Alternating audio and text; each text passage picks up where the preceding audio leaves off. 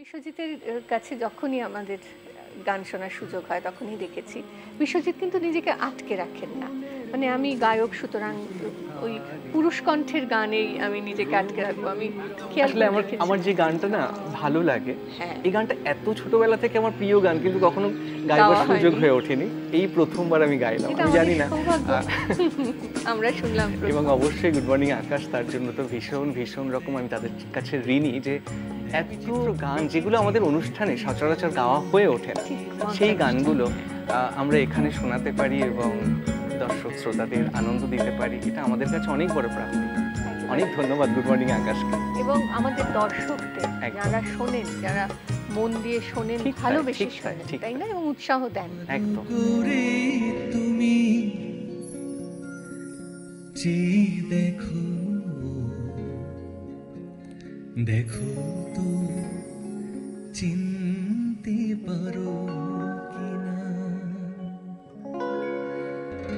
ভালো করে তুমি চেয়ে দেখো, দেখো তো চিনতে পারো কিনা, আমার দু চোখে চোখ রেখে দেখো, বাজে কি বাজে না বিনা, ভালো করে তুমি চেয়ে দেখো, দেখো তো চিনতে পারো কিনা।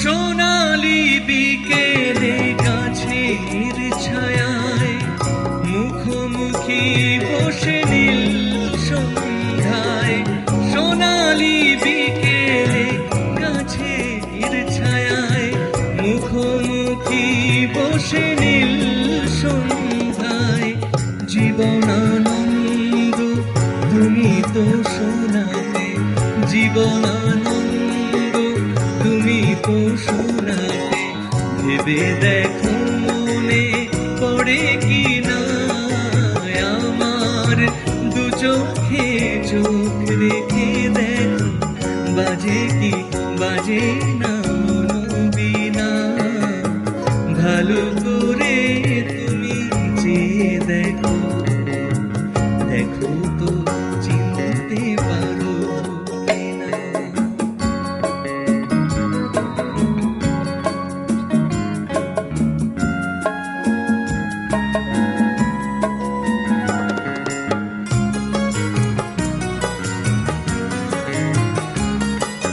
কত ভূমিকায় শহীদ মিনার, নাগরিক চাঁদ উঠেছে আবার, কত ভূমিকায় শহীদ মিনার, নাগরিক চাঁদ উঠেছে আবার, বনলতা সেন শোনাবে কে আর, বনলতা সেন শোনাবে কে আর, এই আমি আজ তুমি না, আমার দু চোখে চোখ রেখে দেখো, বাজে কি বাজে না বিনা, ভালো করে তুমি চেয়ে দেখো,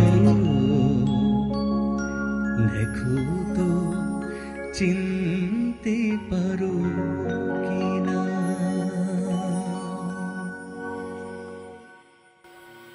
বাহ, খুব সুন্দর।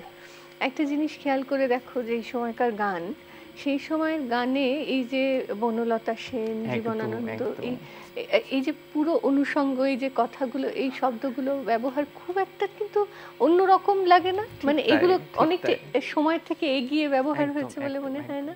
শিবদাস বন্দ্যোপাধ্যায়ের এই রকম ব্যাপারটা ছিল।